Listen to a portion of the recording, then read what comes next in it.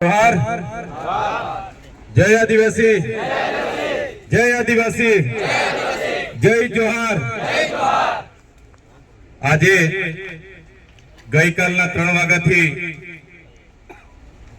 જે Nitrex chemical India limited કંપનીના વર્કરોના ન્યાય માટે આપણે સૌ અહીંયા ધરણા પર એમની કંપનીની ગેટ પર બેઠા છે। ત્યારે સાથીઓ, આ કંપનીના વર્કરો, એમના સમર્થનમાં આવેલા આજુબાજુ કંપનીના વર્કરો અને ઘણા તમામ પદાધિકારીઓના આજના કાર્યક્રમમાં આપ આવ્યા છો, ત્યારે આ સમર્થનને અમે આવકારીએ છીએ। લડત આ નાની મોટી નથી, આપણા અધિકારોની છે। કંપની ની જમીનો એ આપણા લોકોએ આપી છે। આપણા વિસ્તારમાં આપણો વસ્તી આપણી કંપનીઓ આવી અને આવી જે મનમાની કરે છે એ કોઈ પણ ભોગે ચલાવી લેવામાં આવશે નહીં। આજે આપણે એમને નિયમોમાં રહીને આપણે સમજાવીએ છીએ કે ભાઈ, ગુજરાત સરકાર હોય, કેન્દ્ર સરકાર હોય અને દેશના સંવિધાને જે પણ વર્કરો હોય છે એમના પ્રાવધાન માટે એમના નિયમો બનાવ્યા છે, કાયદા બનાવ્યા છે, અને એ કાયદાના લાભ, એમના હક હજુ પણ મળ્યા નથી। ત્યારે એ કાયદામાં એની જોગવાઈઓ છે અને હજુ પણ મળી નથી। તમે ઉલ્લંઘન કર્યું છે, તમે એનું પાલન નથી કર્યું ને આ લોકોનું શોષણ કરો છો, ત્યારે એ શોષણ અમે ચલાવવાના નથી।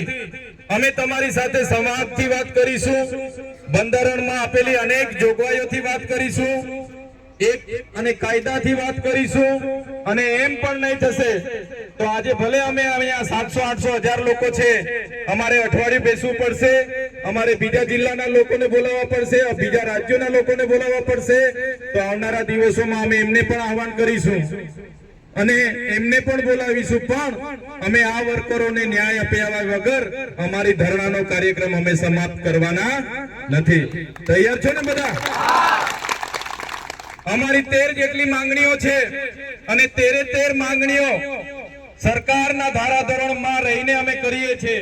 પહેલી માંગણી, આ તમારો જે કેમિકલ પ્લાન્ટ છે નાઇટ્રેક્સ, એ પ્લાન્ટ એ ઇન્ડસ્ટ્રીયલ હાજાર્ડોસમાં જે એની શ્રેણી છે એમાં આવે છે, અને એ શ્રેણીમાં તમામ કામદારોને મળવાપાત્ર મૂળભૂત હકો, સુરક્ષાઓ, સામાજિક લાભો જેનું આજે ઉલ્લંઘન થયું છે, જે ગંભીર બાબત છે, એની રજૂઆત કરવા માટે અમે આવ્યા છે। એમાં જે પ્રકારે આગળ કીધું તેમ industrial dispute act 1947, factory act 1948, employ state insurance act 1948, employees provident fund act 1952, payment અને ગ્રેજ્યુએટી એક્ટ 1972, લેબર અને કોન્ટ્રાક્ટ એક્ટ 1970 અંતર્ગત જે પ્રાવધાનો મળ્યા છે, સંવિધાને જે અધિકારો આપ્યા છે, એ જ વાત કરવા માટે અમે તમને આવ્યા છે। પહેલું તો 3 વર્ષ કે તેથી વધુ સેવા આપતા તમામ કામદારોને કંપની એમ્પ્લોય તરીકે લેવામાં આવે અને પરમિટન્ટ કરવામાં આવે, એવી અમારી માંગ છે।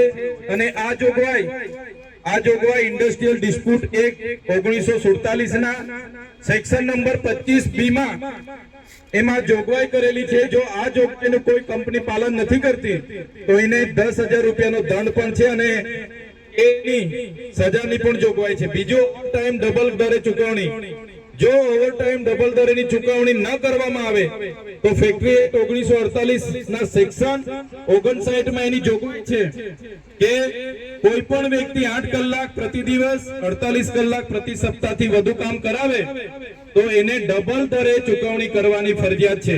જો કોઈ કંપની એનું મેનેજમેન્ટ એનું ઉલ્લંઘન કરે છે તો 1 લાખ રૂપિયાની દંડની જોગવાઈ છે અને 2 વર્ષ સુધી સજાની જોગવાઈ છે। આ કંપનીએ પગાર વધારો અને પગાર સ્લીપનો પણ ઉલ્લંઘન કર્યો છે। કામદારો 2011 થી અહીંયા સેવા આપે છે, છતાં આજ દિન સુધી એમની પગાર સ્લીપો બનાવવામાં નથી આવી, એમને પગાર વધારો કરવામાં નથી આવ્યો। ત્યારે કાયદો એવું કહે છે, મિનિમમ વેજીસ એક્ટ 1948 અંતર્ગત એમાં જે નૂતન પગાર તથા નિયમિત પગાર સ્લીપ આપવી ફરજિયાત છે।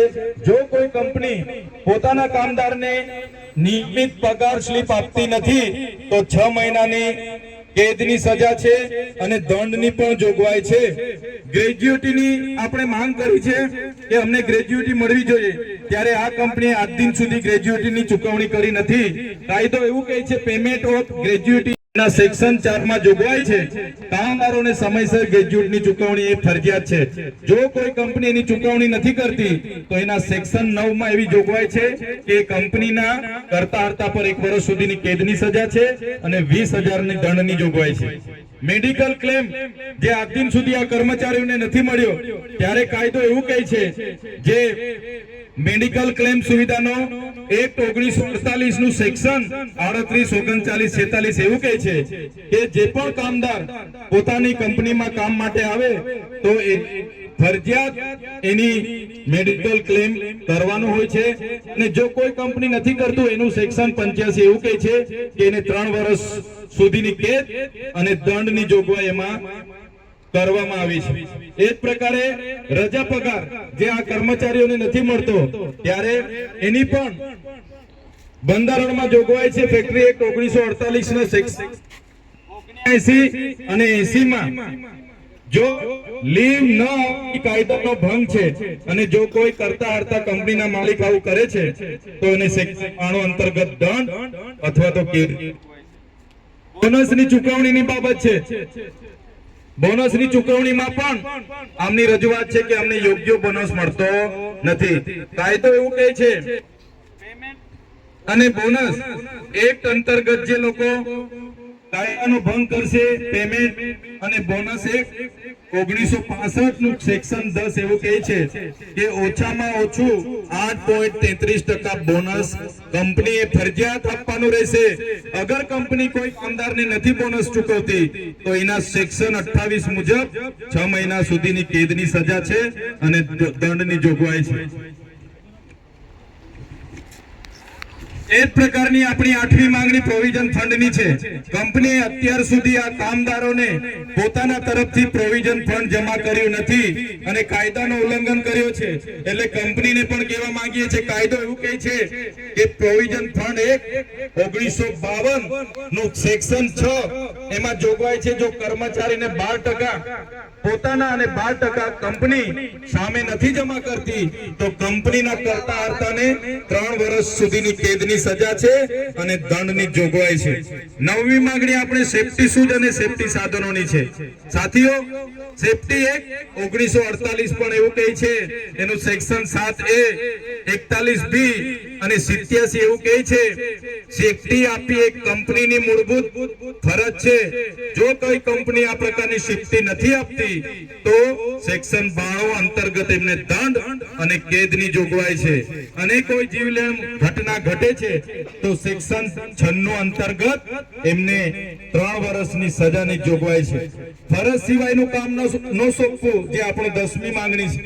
કંપની આ લોકોને ગટર સફાઈ, કલર કામ, વેલ્ડિંગ જેવા બીજા કામો કરાવે છે જે એમના કામમાં આવતા નથી, ત્યારે કાયદો એવું કહે છે factory act, contractor labour act 1970 કે ઓપરેટરો પાસે જે કામ માટે ભરતી થઈ છે એના સિવાય અન્ય કામ કરાવવું એ ગેરકાયદેસર છે.